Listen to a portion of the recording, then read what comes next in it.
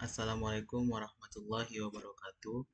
Perkenalkan, nama saya Gian Zikral Farofi dengan NIM F1E12404. Kali ini saya akan membahas konsep sistem informasi pada pertemuan ke-10 mengenai sistem pengambilan keputusan.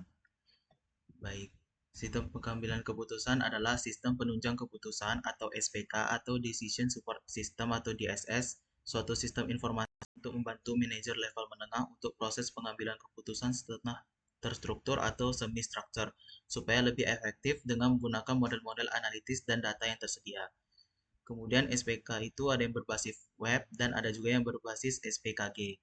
Yang berbasis web, SPK ini mengakses basis data perusahaan dengan menggunakan model-model analitik yang dibutuhkan. Kemudian SPK untuk mendukung pengambilan keputusan pelanggan untuk menentukan produk-produk yang dibeli disebut dengan Customer Decision Support System atau CDSS. Kemudian SPKG atau Sistem Penunjang Keputusan Grup atau Group Decision Support System adalah SPK yang digunakan oleh beberapa pengambil keputusan bersama-sama secara grup. Kemudian tujuan pengambilan keputusan ini adalah satu, membantu manajer mengambil keputusan setengah struktur yang dihadapi oleh manajer level menengah. Kemudian membantu atau mendukung manajemen mengambil keputusan bukan untuk menggantikannya. Kemudian nomor tiga ialah meningkatkan efektivitas pengambilan keputusan manajemen bukan untuk meningkatkan efisiensi. Kemudian ada juga komponen sistem penunjang keputusan. Yang pertama ialah dialog manajemen, model manajemen, dan data manajemen. Perbedaan sistem penunjang keputusan dengan sistem pakar. Baik. Perbedaannya yaitu pada sistem penunjang keputusan itu menggunakan database atau sistem basis data dan berbasis pada permodelan. Kemudian kalau sistem pakar menggunakan knowledge base dan itu berbasis pada konsultasi. Tipe-tipe sistem penunjang keputusan. Ini dibedakan menjadi dua tipe menurut Darrenstein pada tahun 1997. Yang pertama ialah SPK berbasis model atau Model Driven DSS, dan yang kedua SPK berbasis pada data driven atau Data Driven DSS. SPK lama hanya berbasis pada model atau Model Driven DSS dengan menggunakan data yang secukupnya. Kemudian SPK yang sekarang selain berbasis pada model juga mengandalkan basis data yang besar, misalkan mengandalkan data warehouse. Menurut Stephen L. Arthur, memberikan konsep tentang SPK berbasis model sebagai berikut. Yang pertama, model driven DSS yaitu mengandalkan model tetapi dengan data secukupnya. Sedangkan data driven DSS lebih mengandalkan data yang lebih besar. Kemudian yang kedua, SPK data driven DSS akan mengizinkan pemakai sistem untuk mengambil informasi dari data yang jumlahnya sangat besar. Online Analytical Processing atau OLAP dan data mining dapat digunakan untuk menganalisis data yang besar ini.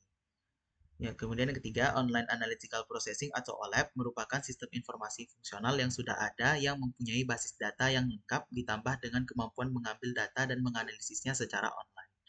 Kemudian yang keempat, OLAP biasanya menggunakan DBMS dan bahasa query, sehingga memudahkan manajer semua tingkat untuk menggunakannya.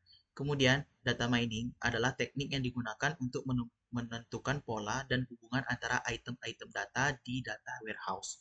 Data warehouse adalah salinan dari data dalam bentuk basis data yang terintegrasi, sehingga sedang data mart adalah salinan dari sebagian porsi basis data yang terintegrasi. Kemudian ada juga sistem informasi eksekutif, atau disebut dengan Executive Information System, adalah sistem informasi yang digunakan oleh manajer tingkat atas untuk membantu pemecahan masalah tidak terstruktur atau unstructured. Tentu saja ada perbedaan antara SIE dan dengan sistem penunjang keputusan atau SPK dalam beberapa hal, yaitu sebagai berikut. Baik, sistem informasi eksekutif ini berada di level atas atau strategik, kemudian dia digunakan oleh manajer atas dan untuk keputusan yang tidak terstruktur. Sedangkan sistem penunjang keputusan itu berada di level menengah atau taktis. Kemudian dia biasa digunakan oleh manajer menengah, dan yang ketiga untuk keputusan semi yang terstruktur. Kemudian ada juga karakteristik sistem informasi eksekutif. Yang pertama dirancang untuk eksekutif puncak, yang kedua menggunakan data internal dan eksternal, ketiga untuk pemecahan tidak terstruktur, keempat untuk membantu perencanaan dan perumusan strategik, yang kelima digunakan secara online oleh eksekutif, yang keenam mempunyai kemampuan untuk mengambil dan menyaring data, yang ketujuh mempunyai kemampuan untuk mengambil dan menggali data sampai ke data terkecil atau drill down. Yang kedelapan harus mudah digunakan. Baik, sebagai tambahan, uh, saya akan memberikan poin atau hal yang ingin saya ingin pelajari selanjutnya itu yang pertama ialah pendalaman mengenai big data, yaitu teknik mengelola dan menganalisisnya dalam skala besar. Kemudian yang kedua ialah cloud computing, yaitu bagaimana pemanfaatan infrastruktur cloud untuk membangun sistem penunjang keputusan dan sistem informasi eksekutif.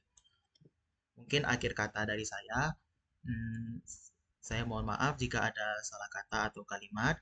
Akhir kata saya ucapkan Assalamualaikum warahmatullahi wabarakatuh.